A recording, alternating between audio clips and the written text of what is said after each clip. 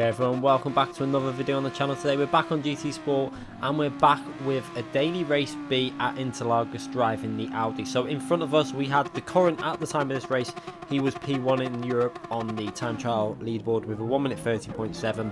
We were in, I think, P2 with a 30.9 and P3 behind us also on a 30.9. So some very fast drivers in this race in the top three. And it's going to be a battle all the way to the end. And this race, if I could do well, would put me to 75k DR.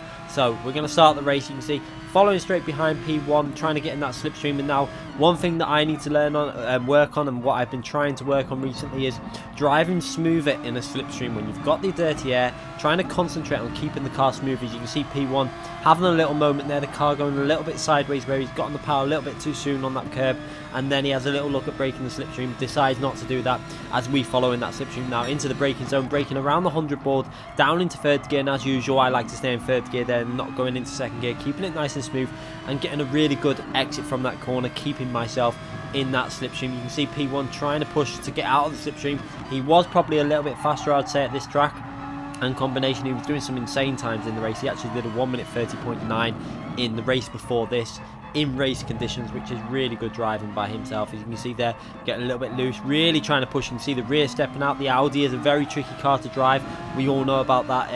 One thing though is it's extremely rewarding once you get the hang of driving it. This was our third race, I think it was, on the Interlagos race B.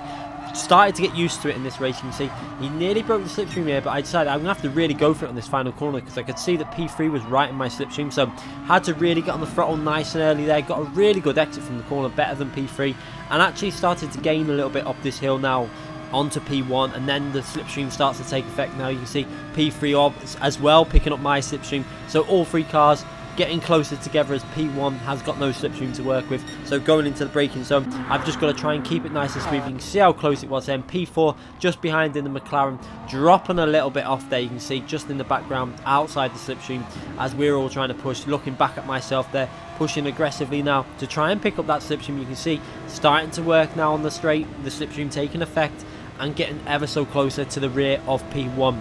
Not going to make a move there, you can see, not really close enough to throw it in, so I decided to just try and keep it nice and smooth, keep the car stable, and then just get a little bit closer now up this hill and see if we can stay close going onto the back straight, because that is going to be the place that a move is going to be able to be made if we're going to make one, obviously on the main start straight into turn one. You can see a little bit of a moment there, braking very late there, trying to take a nice tight line through that corner, over a little bit of the grass, a little bit of dust flying up there, as the TX3 driver right behind me, as close as I am to the driver in P1 as I have, and again trying to get on the power early. The rear starts to step out, but the Audi kind of likes to be driven like that when you haven't got tyre wear on. You can afford to be very aggressive with the Audi, obviously with no tyre wear, and it really does turn into the corners really nice as we go into the final corner. And again, trying to make sure we get a very nice exit from this corner as we get a reasonable exit there, not maybe about equal to P1. He takes a tighter line though to try and stop us picking up that slipstream.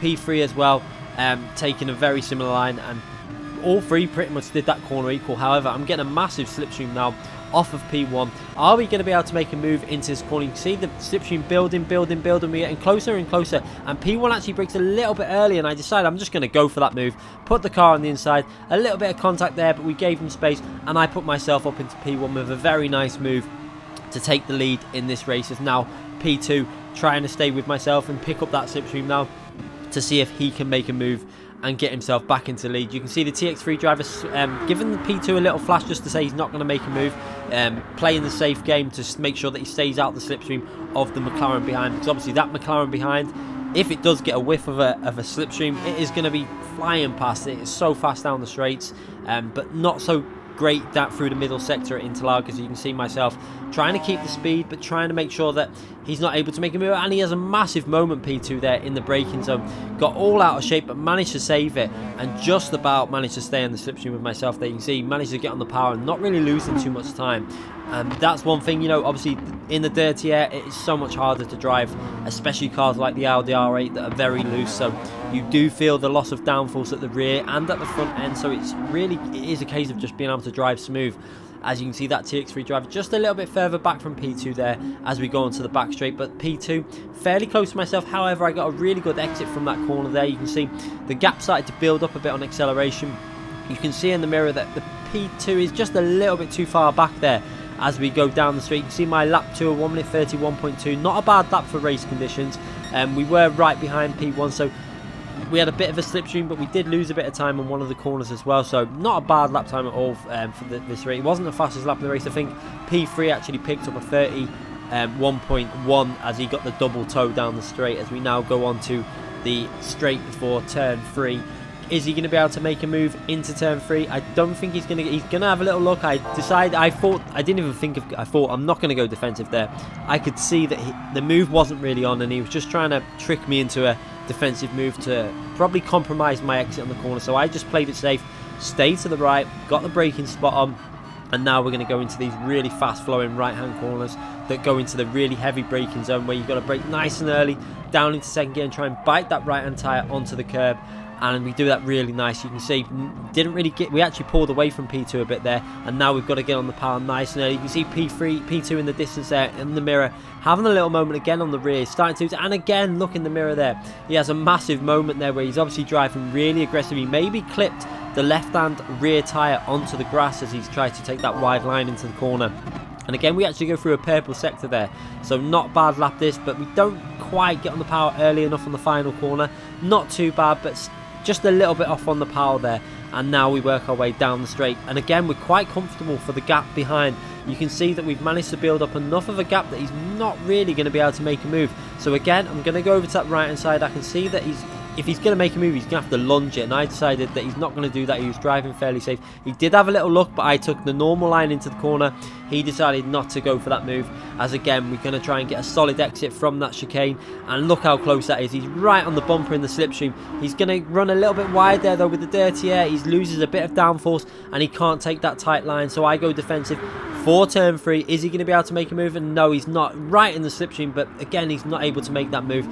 Defensive driving by myself, kept him behind and still maintaining pace. You can see that we've actually built up a bit of a lead to P3. Both myself and P2 pushing really aggressive now, as that McLaren dropping again just a little bit further back, not able to match the pace of the Audi R8s in the front. But the McLaren definitely did look quite strong around this track. And again, final lap, he goes for a move on the outside. He's not able to make that move.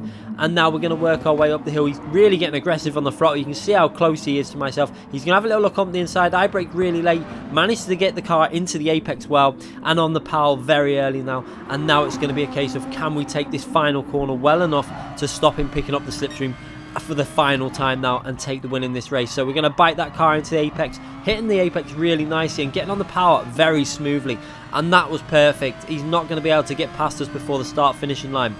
And lucky for us, as we work our way down the straight now, he's got that slipstream, he's picking up a big draft, but again he's not going to be able to make a move as we go to the left hand side and take the win in this race. A very nice race. You can see not the best lap on the final lap, as we were driving a bit defensive and having that little bit of contact with P2, but overall a very nice race. We finished overall, I think it was just around the bottom 7 minutes 41, so not a bad finishing time. As you can see there, we managed to pick up the 75,000 DR points, the maximum driver rating points that you can pick up on GT Sport. Obviously DR, it says A+, because it doesn't recognise S rated on Kudos Prime. But overall, really happy with that. Before we go into the FIA season, obviously the official nations FIA season starts now, and we're in the perfect position to get into that top split race. Anyway, I hope you enjoyed that video. Make sure you give it a thumbs up if you did. Make sure you subscribe to the channel if you haven't already subscribed, and click that notification button so you don't miss any future videos. Thanks again for watching, everyone.